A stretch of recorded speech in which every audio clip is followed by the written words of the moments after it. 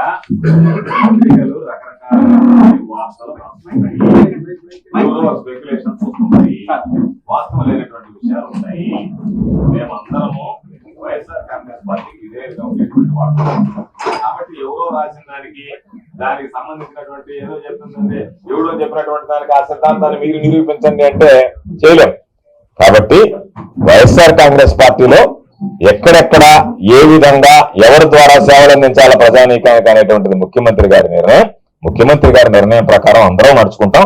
కాబట్టి ప్రచారానికి గాని దుష్ప్రచారానికి గాని వదంతులు గాని పుకార్లు గాని నమ్మవద్దు అని చెప్పి మిమ్మల్ని అందరినీ ప్రాధాన్యపడుతున్నాను. ఏం మాట్లాడినా నేను మాట్లాడినా ఒకటేలే, నా అభిప్రాయం ఆయన ముందు పెట్టుకొని చెప్పేదే కదా. అదే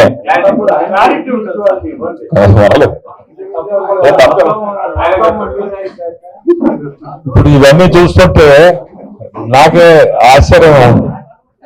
రోజు ఇన్ని చూసి ఫోన్లు సమాధానం చెప్పలేక అసలు నేను దాని గురించి పట్టించుకోదలుచుకోను. నేను ఎంపీగా పోటీ చేస్తున్నా నెల్లూరు జిల్లా.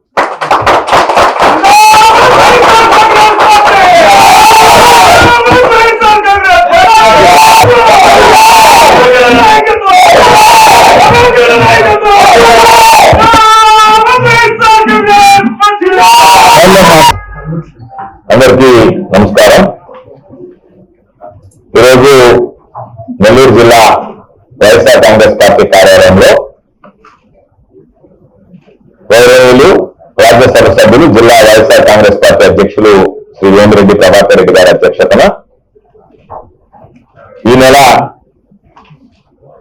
19వ తేదీ చేపట్టనున్నటువంటి మహనీయుడు బిఆర్ అంబేద్కర్ గారి విగ్రహ ఆవిష్కరణ కార్యక్రమానికి సంబంధించి చర్చించడం జరిగింది. అందరికీ తెలిసినటువంటి విషయం, విజయవాడ నడిబొడ్డున స్వరాజ్ మైదానంలో ఈ నెల 19వ తేదీన గౌరవ రాష్ట్ర ముఖ్యమంత్రి శ్రీ వైఎస్ జగన్మోహన్ రెడ్డి గారు మహనీయుడు బిఆర్ అంబేద్కర్ గారి విగ్రహాన్ని ఆవిష్కరించేటువంటి ఏర్పాట్లు చేయడం జరిగింది. దానికి సంబంధించి విస్తృతమైనటువంటి, ఎందుకంటే ఈ సమాజంలో బిఆర్ అంబేద్కర్ గారి సేవలో ఎన్నటికీ మరిచిపోయాము, ఎప్పటికీ గుర్తుండేటువంటి వ్యక్తి, ఎప్పటికప్పుడు ఈ సమాజాన్ని చైతన్యపరచడంలో అంబేద్కరిజం కానీ ఆయన రచించినటువంటి రాజ్యాంగం కానీ కులాలకి మతాలకి అతీతంగా ఈ దేశ పౌరులు ప్రతి ఒక్కరు కూడా ఆచరిస్తున్నటువంటి నేపథ్యం, అనుసరిస్తున్నటువంటి నేపథ్యం. కాబట్టి అటువంటి మహనీయుడికి సముచితమైనటువంటి స్థానం ఈ సమాజంలో ఇవ్వాలి అన్నటువంటి ఆలోచన చేసి జగన్మోహన్ రెడ్డి గారు విజయవాడ నడిబొడ్డున స్వరాజ్ మైదానంలో ఆ విగ్రహానికి సంబంధించి ఏర్పాటుకి స్థలాన్ని కేటాయించి దానిని ఒక టూరిస్ట్ స్పాట్ గా విహారయాత్ర ద్వారా రావాలన్నా సరే కేంద్ర బిందువుగా ఈరోజు ఆ ప్రాంతాన్ని తయారు చేయడం జరిగింది. అందుకనే జనవరి 19వ తేదీ 125 అడుగుల మహనీయుడు బిఆర్ అంబేద్కర్ గారి విగ్రహాన్ని మనం ఆవిష్కరిస్తున్నాం. ఇది చారిత్రాత్మకమైనటువంటి నేపథ్యం. ఎందుకంటే తెలుగుదేశం పార్టీగా చంద్రబాబు నాయుడు గారు అదే మేము అసెంబ్లీలో ప్రతిపక్షంలో శాసనసభ్యులుగా ఉన్నప్పుడు ఒక గంట ఉపన్యాసం ఇచ్చారు. అసలు ఆయనే పాపం అంబేద్కర్ గారి ఆశయాల్ని ఈ సమాజం మొత్తం ఈ ప్రపంచానికంతా చాలు చెప్తున్నట్టుగా మాట్లాడి 125 అడుగుల విగ్రహం పెడతామని చెప్పి అసెంబ్లీ సాక్షిగా అడుగు ప్రకటించి ఆ తర్వాత అంబేద్కర్ గారి గురించి పట్టించుకున్నటువంటి పాపన పోలేదు. మనందరికీ తెలిసినటువంటి విషయమే.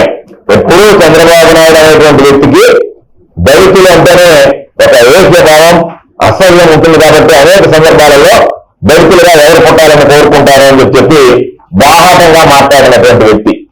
కాబట్టి ఈరోజు మనం మహనీయుడు బిఆర్ అంబేద్కర్ గారికి ఈ సమాజంలో సముచితమైనటువంటి స్థానం ఇవ్వాలి.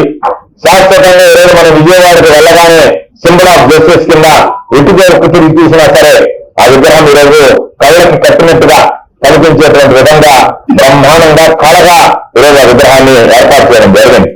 విగ్రహావిష్కరణకు ముందే ఆ దారిని వెళ్ళేటువంటి ప్రతి ఒక్కరిని కూడా ఈరోజు బిఆర్ అంబేద్కర్ గారి విగ్రహం ఆకర్షించేటువంటి విధంగా దాన్ని తీర్చిదిద్దినటువంటి ఘనత ఈ రాష్ట్ర ముఖ్యమంత్రి జగన్మోహన్ రెడ్డి గారి అని చెప్పి ఈ సందర్భంగా తెలియజేస్తున్నాం. దానికి సంబంధించి ఏదైతే 19వ తేదీ విగ్రహావిష్కరణ జరుగుతుందో ఈరోజు దానికి సంబంధించినటువంటి సన్నాహక సమావేశం ఈరోజు జిల్లా అధ్యక్షుడు అయినటువంటి ప్రభాకర్ రెడ్డి గారి ఆధ్వర్యంలో జరిగింది. మేమందరం కూడా గౌరవ శాసనసభ్యులు అందరం ఉన్నటువంటి అనుబంధ సంఘాల అధ్యక్షులు ప్రధానమైనటువంటి వివిధ హోదాల్లో ఉన్నటువంటి స్థానిక సంస్థలకు చెందినటువంటి ప్రజాప్రతినిధులు అందరం కూడా పాల్గొన్నాం. దీనికి సంబంధించి కూడా ఏ విధంగా ముందుకు వెళ్ళాలనేటువంటి దాని మీద కూడా ఈరోజు ఒక నిర్ణయం తీసుకోవడం జరిగింది. ఇదే విధంగా అందరికీ కూడా రాలేకపోయినటువంటి వాళ్ళకు కూడా దీనికి సంబంధించినటువంటి సమాచారం కూడా పంపిస్తాం. ప్రాథమికంగా జనవరి 8, 9 2 రోజుల పాటు పార్టీ శ్రేణులు మొత్తం వైఎస్ఆర్ కాంగ్రెస్ పార్టీ శ్రేణులు అంతా నియోజకవర్గ స్థాయిలో మండల స్థాయిలో ఉన్నటువంటి అందరు ఎస్సీ నాయకులు ఈరోజు ఎవరైతే అంబేద్కరిజం పట్ల మహనీయుడు అంబేద్కర్ గారి పట్ల ఆకర్షితులు వస్తున్నటువంటి ప్రజలు కావచ్చు, సమాజంలో ఎవరెవరు ఉంటారో ఎస్సీ కావచ్చు, ఎస్టీ కావచ్చు, బీసీ కావచ్చు, ఓసీ కావచ్చు, మైనారిటీ కావచ్చు, వీళ్ళకి సంబంధించినటువంటి మేధావులు అందరూ కూడా ఈరోజు ప్రజలను చైతన్యపరచడానికి ఈరోజు ఏదో మొక్కుబడిగా అంబేద్కర్ గారి వర్ధంతి జయంతి చేసుకుని వదిలేసేటువంటి విధంగా కాకుండా మహనీయుడు అంబేద్కర్ గారు అనేటువంటి వ్యక్తి ఈ సమాజంలో ఎటువంటి జరగని ముద్ర వేశాడు అనేటువంటిది విస్తృతంగా ప్రజల్లోకి తీసుకువెళ్లాలనేటువంటి నిర్ణయంతో ఈరోజు 8వ తేదీ 9వ తేదీ ఈరోజు మొత్తం గ్రామ స్థాయి నుంచి మండల స్థాయి నుంచి నియోజకవర్గ స్థాయి నుంచి డివిజనల్ స్థాయి నుంచి జిల్లా స్థాయి వరకు స్థానిక సంస్థలకు సంబంధించినటువంటి ప్రజాప్రతినిధులు, పార్టీ నాయకులు, కార్యకర్తలు అనేక రకాలైనటువంటి కార్యక్రమాల్ని నిర్వహించడం జరుగుతుంది. అదేవిధంగా ఆ ప్రోగ్రాములు కొనసాగుతాయి. 8, 9 ఏదైతే పార్టీ నాయకులు ప్రారంభిస్తారో ఆ కార్యక్రమాలు మొత్తం కొనసాగుతాయి. ఆ తర్వాత ప్రభుత్వ బాధ్యత కూడా ఉండాలి. రాజ్యాంగాన్ని రచించినటువంటి బిఆర్ అంబేద్కర్ గారికి అన్ని వర్గాల నుంచి, అన్ని శ్రేణుల నుంచి, అన్ని విధాలా కూడా అది చర్చ జరగాల్సినటువంటి అవసరం ఉంది. ఆయన సేవలను గుర్తించాల్సినటువంటి అవసరం ఉంది అనేటువంటి లక్ష్యంతో ఈరోజు 8వ తేదీ నుంచి వాళ్ళకి సంబంధించినటువంటి కార్యక్రమాలు ఈరోజు ప్రభుత్వ పరంగా కూడా ప్రారంభించడం జరుగుతుంది. దానిలో భాగంగా 8వ తేదీ ఎక్కడైతే అంబేద్కర్ గారి విగ్రహాలు ఉన్నాయో వాటన్నిటికీ పెయింటింగ్ వేయించడం, వాటన్నిటికీ పూలమాలలు వేయడం, వాటితో పాటు బిఆర్ అంబేద్కర్ గారి ఫోటోస్ ప్రతి కార్యాలయంలో ఉన్నాయి.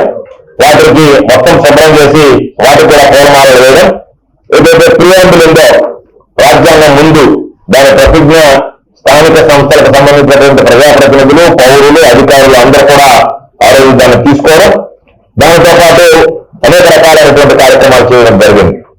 ఆ రోజు ఆ ప్రియాంబులు అన్ని అయిన తర్వాత కొన్ని పోటీలు నిర్వహించడం, వాటికి సంబంధించినటువంటి ఫోటో ఎగ్జిబిషన్ లాంటివి అటువంటివి నిర్వహించిన తర్వాత వాటికి ప్రైజులు ఇవ్వడం కూడా ఆ రోజు వరకు జరిగినటువంటి కార్యక్రమం.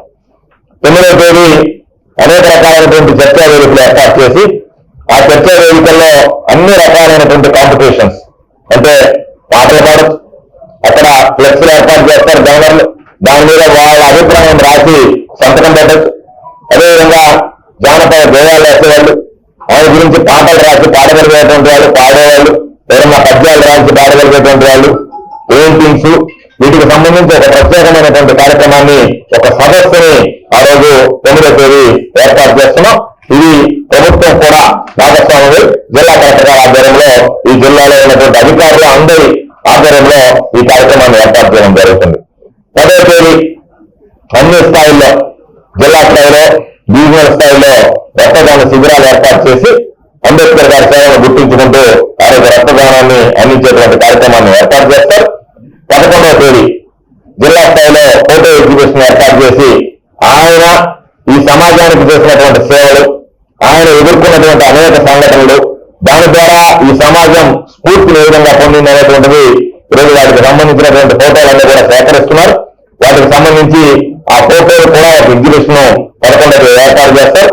దీనితో పాటు 2 కేటగిరీల కింద జిల్లా కలెక్టర్ గారు ఈరోజు 12 నుంచి 15 సంవత్సరాలు ఉన్నటువంటి వాళ్ళు ఒక కేటగిరీ, 16 నుంచి 18 ఉన్నటువంటి వాళ్ళు ఒక కేటగిరీతో వాళ్ళకి ఎస్ఏ కాంపిటీషన్స్ కూడా ఈరోజు నిర్వహించి, ఎలక్టివ్ కాంపిటీషన్స్ ఉంటాయి, ఎస్ఏ కాంపిటీషన్స్ ఉంటాయి, క్విజ్ ఉంటుంది. ఇవన్నీ కూడా మొత్తం జిల్లా వ్యాప్తిగా జరుగుతుంది. దానితో పాటు 12వ తేదీ మానవ హారాన్ని ఏర్పాటు చేసి జిల్లా స్థాయిలో మానవ హారం ఏర్పాటు చేయడం జరుగుతుంది. అదేవిధంగా 12వ తేదీ ఎక్కడైతే అంబేద్కర్ గారి విగ్రహాలు ఏ కోడల్లో అయితే మనం ఏర్పాటు చేసుకున్నామో ఆ ఆ కోడలు అన్ని దగ్గర కూడా మనం తోచినటువంటి విధంగా బిఆర్ అంబేద్కర్ గారి సేవలు, బిఆర్ అంబేద్కర్ గారి సమాజంలో నింపినటువంటి స్ఫూర్తి, ఇవన్నీ కూడా కొనియాడేటువంటి విధంగా వివిధ రకాలైనటువంటి విభిన్నమైనటువంటి కార్యక్రమాలు వాళ్ళ స్థాయిలో వాళ్ళు చేసుకున్నటువంటి విధంగా ఈరోజు ప్రభుత్వం కూడా ఆలోచన చేయాల్సిందిగా రావడం జరిగింది. దీనన్నిటితో పాటు ప్రతి గ్రామ సచివాలయం నుంచి 5 మంది ఉత్సాహమైనటువంటి వాళ్ళు ఎవరైతే ఉంటారో వాళ్ళందరూ కూడా 19వ తేదీ ముఖ్యమంత్రి గారు ఏదైతే అంబేద్కర్ గారి విగ్రహాన్ని ఆవిష్కరిస్తున్నారో ఆ కార్యక్రమానికి తరలి వెళ్ళడానికి కూడా ఈరోజు అన్ని రకాలైనటువంటి ఏర్పాట్లు చేయడం జరిగింది. 19వ తేదీ జరిగేటువంటి ఈ చారిత్రాత్మకమైనటువంటి సంఘటనకు సంబంధించి రేపటి నుంచి 10 రోజుల పాటు అనేక రకాలైనటువంటి కార్యక్రమాలు నిర్వహించాలని చెప్పి ఈరోజు జిల్లాలో ఉన్నటువంటి వైఎస్ఆర్ కాంగ్రెస్ పార్టీ కమిటీ ఈరోజు నిర్ణయం తీసుకోవడం జరిగింది. దానితో పాటు 19వ తేదీ గౌరవ ముఖ్యమంత్రి జగన్మోహన్ రెడ్డి గారి చేతుల మీదుగా విగ్రహావిష్కరణ కార్యక్రమంతో దాదాపుగా కార్యక్రమం పూర్తవుతుంది. ఆ రోజు జిల్లాలో అదేవిధంగా గ్రామ సచివాలయ స్థాయి నుంచి కూడా విగ్రహావిష్కరణ, ముఖ్యమంత్రి గారు ఇచ్చేటువంటి సందేశం, దీనికి సంబంధించి ఎక్కడ లైవ్ స్ట్రీమింగ్ కూడా ఏర్పాటు చేయడం జరిగింది. ప్రతి దగ్గర కూడా ప్రతి ఒక్కరు కూడా ఈ కార్యక్రమాన్ని వెళ్ళినటువంటి వాళ్ళు కాకుండా వెళ్ళలేకపోయినటువంటి వాళ్ళు కూడా ప్రత్యక్షంగా వీక్షించేటువంటి అవకాశం ఈరోజు ముఖ్యమంత్రి గారు ప్రభుత్వం కల్పించడం జరిగిందని చెప్పి ఈ సందర్భంగా తెలియజేస్తూ, ఈరోజు అందరినీ ప్రజానీకాన్ని కోరుకునేది ఏ మహనీయుడు అయితే ఈరోజు మనం ప్రతినిత్యం ఆచరించదగినటువంటి రాజ్యాంగాన్ని రచించాడో, ఏ మహనీయుడైతే ఎన్నో ఒడిదుడుకులు ఎదుర్కొని ఎన్నో కష్ట నష్టాలను ఎదుర్కొని మేధావిగా అంతర్జాతీయ స్థాయిలో గుర్తింపు పొందాడో అటువంటి వ్యక్తి ఈరోజు భారతదేశంలో జన్మించడం మనందరి అదృష్టం వరం అని చెప్పి ఈ సందర్భంగా తెలియజేస్తూ, ఆ మహనీయునికి ముఖ్యమంత్రి జగన్మోహన్ రెడ్డి గారు ఈ రాష్ట్రంలో నడిబొడ్డున విజయవాడలో స్వరాజ్ మైదానంలో విగ్రహం ఏర్పాటు చేసి సముచితమైనటువంటి స్థానాన్ని కల్పిస్తున్నటువంటి నేపథ్యంలో ప్రజలందరూ కూడా ఏదైతే ఈరోజు ముఖ్యమంత్రి గారు చేపడుతున్నటువంటి కార్యక్రమం ఉందో ఒక పండుగ వాతావరణంలో ఊరు వాడ ప్రతి ఒక్కరు కూడా అంబేద్కర్ గారి సేవలు గుర్తించేటువంటి విధంగా ఏర్పాటు చేసినటువంటి కార్యక్రమాల్లో ప్రజలందరూ భాగస్వాములై ఈ కార్యక్రమాన్ని జయప్రదం చేయాల్సిందిగా కోరుకుంటున్నారు.